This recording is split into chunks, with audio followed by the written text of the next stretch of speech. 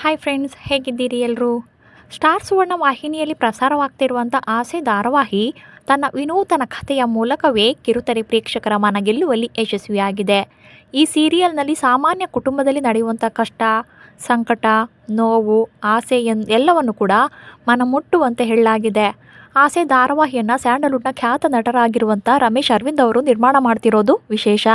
ಇದು ಅವರಿಗೆ ತುಂಬ ಇಷ್ಟವಾದ ಕಥೆ ಕೂಡ ಹೌದಂತೆ.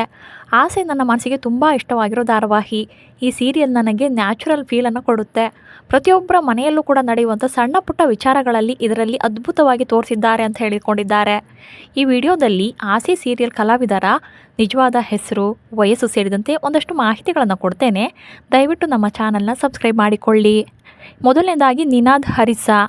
ಆಸೆ ಧಾರಾವಾಹಿಯಲ್ಲಿ ನಿನಾದ್ ಹರಿಸಾ ಅವರು ಸೂರ್ಯ ಎಂಬ ಪಾತ್ರವನ್ನು ಮಾಡ್ತಿದ್ದಾರೆ. ಇದೇ ಮೇನ್ ಕ್ಯಾರೆಕ್ಟರ್.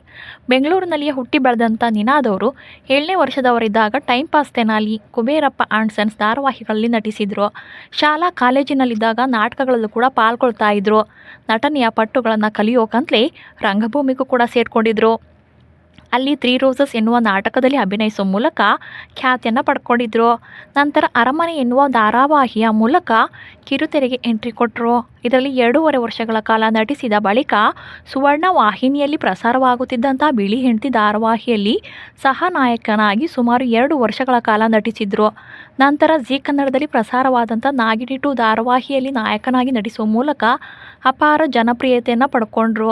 1996ರಲ್ಲಿ ಜನಿಸಿರುವಂಥ ನಿನಾದ್ ಅವರಿಗೀಗ 28 ವರ್ಷ ವಯಸ್ಸು. ಇನ್ನು ನಾಯಕಿಯ ಪಾತ್ರದಲ್ಲಿ ನಟಿಸ್ತಾ ಇರುವಂಥ ಪ್ರಿಯಾಂಕಾ DS ಅವರ ಬಗ್ಗೆ ಹೇಳೋದಾದರೆ, ಕಲರ್ಸ್ ಕನ್ನಡ ವಾಹಿನಿಯಲ್ಲಿ ಪ್ರಸಾರವಾಗುತ್ತಿದ್ದಂಥ ಪುಣ್ಯಾವತಿ ಧಾರಾವಾಹಿ ಮೂಲಕ ಜನಪ್ರಿಯತೆಯನ್ನು ಪಡೆದಂಥ ನಟಿ ಇವರು. ಆಸೆ ಸೀರಿಯಲ್ನಲ್ಲಿ ನಾಯಕಿ ಮೀನಾ ಎಂಬ ಪಾತ್ರವನ್ನು ಮಾಡ್ತಿದ್ದಾರೆ.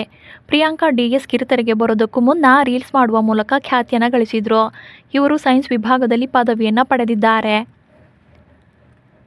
ಇನ್ನು ಮತ್ತೊಂದು ಮುಖ್ಯ ಪಾತ್ರದಲ್ಲಿ ನಟನೆ ಮಾಡ್ತಾ ಇರುವಂಥ ಮಂಡ್ಯ ರಮೇಶ್ ಬಗ್ಗೆ ಹೇಳೋದಾದರೆ, ಇವರು ಕನ್ನಡ ಚಿತ್ರರಂಗದ ಖ್ಯಾತ ನಟ. ಆಸೆ ಧಾರಾವಾಹಿಯಲ್ಲಿ ಪ್ರಮುಖ ಪಾತ್ರದಲ್ಲಿ ನಟಿಸ್ತಾ ಇದ್ದಾರೆ. 1995ರಲ್ಲಿ ಜನ್ಮದ ಜೋಡಿ ಚಿತ್ರದಿಂದ ಕನ್ನಡ ಚಿತ್ರರಂಗದಲ್ಲಿ ಪ್ರಯಾಣ ಆರಂಭಿಸಿದಂಥ ಇವರು ಸಾಕಷ್ಟು ಸಿನಿಮಾ ಮತ್ತು ಧಾರಾವಾಹಿಗಳಲ್ಲಿ ನಟಿಸಿದ್ದಾರೆ. ಮಂಡ್ಯ ರಮೇಶ್ ಅವರಿಗೆ ಈಗ 60 ವರ್ಷ ವಯಸ್ಸು. ಇನ್ನು ವಿಲನ್ ಪಾತ್ರ ಮಾಡ್ತಾ ಇರುವಂಥ ಅಮೃತ ರಾಮಮೂರ್ತಿ ಬಗ್ಗೆ ನೋಡೋದಾದರೆ, ನಟಿ ಅಮೃತ ರಾಮಮೂರ್ತಿ ಅವರು ಆಸೆ ಧಾರಾವಾಹಿಯಲ್ಲಿ ಸೂರ್ಯನ ಅಣ್ಣ ಮನೋಜ್ನ ಹೆಂಡತಿ ರೋಹಿಣಿ ಪಾತ್ರದಲ್ಲಿ ನಟಿಸುತ್ತಿದ್ದಾರೆ. ಅಮೃತ ಕಲರ್ಸ್ ಕನ್ನಡದ ಕುಲವಧು, ಜಿ ಕನ್ನಡದ ಮಿಸ್ಟರ್ ಆ್ಯಂಡ್ ಮಿಸಸ್ ರಂಗೇಗೌಡ ಧಾರಾವಾಹಿಯಿಂದ ಹೆಚ್ಚು ಖ್ಯಾತಿಯನ್ನು ಗಳಿಸಿದರು.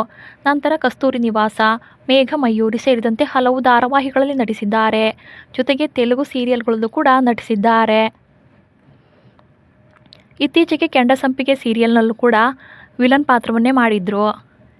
ಇನ್ನು ಆಸೆ ಧಾರಾವಾಹಿಯಲ್ಲಿ ನಾಯಕನ ತಾಯಿ ಅಂದರೆ ಸಕ್ರೆಬೈಲ್ ಶಾಂತಿ ಪಾತ್ರವನ್ನು ಸ್ನೇಹ ಈಶ್ವರ್ ಅವರು ಮಾಡ್ತಾ ಇದ್ದಾರೆ. ಇವರು ಆಸೆ ಸೀರಿಯಲ್ ಜೊತೆಗೆ ಜಿ ಕನ್ನಡ ವಾಹಿನಿಯಲ್ಲಿ ಪ್ರಸಾರವಾಗ್ತಿರುವಂಥ ಶ್ರಾವಣಿ ಸುಬ್ರಹ್ಮಣ್ಯ ಧಾರಾವಾಹಿಯಲ್ಲೂ ಕೂಡ ವಿಲನ್ ರೋಲ್ ಮಾಡ್ತಿದ್ದಾರೆ. ಇವರು ಕನ್ನಡ ಕಿರುತೆರೆ ಸಿನಿಮಾಗಳಲ್ಲಿ ಮಾತ್ರವಲ್ಲದೆ ಪರಭಾಷೆಯಲ್ಲೂ ಕೂಡ ಹೆಸರು ಮಾಡಿದ್ದಾರೆ.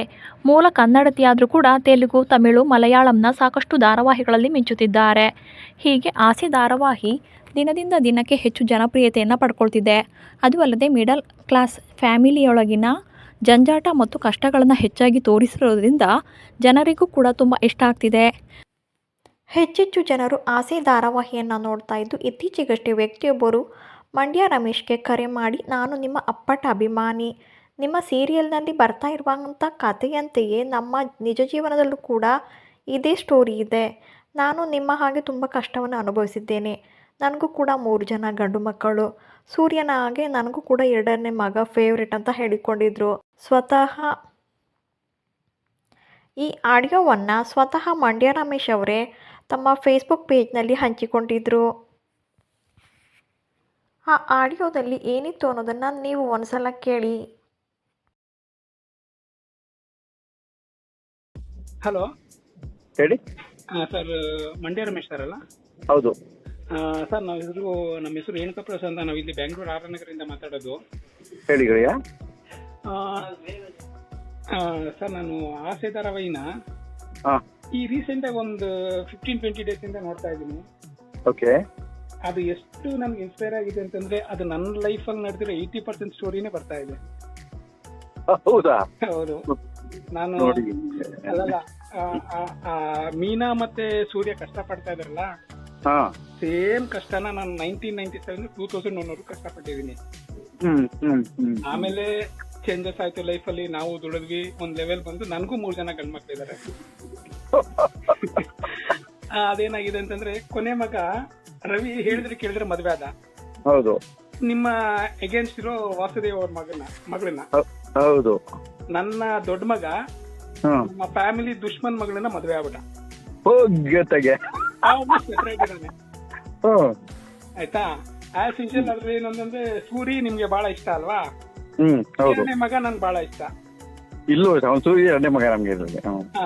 ನನಗೆ ಜಯಂತ್ ಅಂತ ಅಂದ್ಬಿಟ್ಟು ಎರಡನೇ ಮಗ, ಅವನು ನನ್ ತುಂಬಾ ಇಷ್ಟ. ಮೂರನೇ ಮಗ ಅಮ್ಮಂಗ್ ಬಹಳ ಪ್ರೀತಿ. ನನಗೆ ಅಮ್ಮಂಗ್ ಹೇಳ್ಬಿಟ್ಟು ಮಾಡ್ಕೊಳ್ತಾನೆ.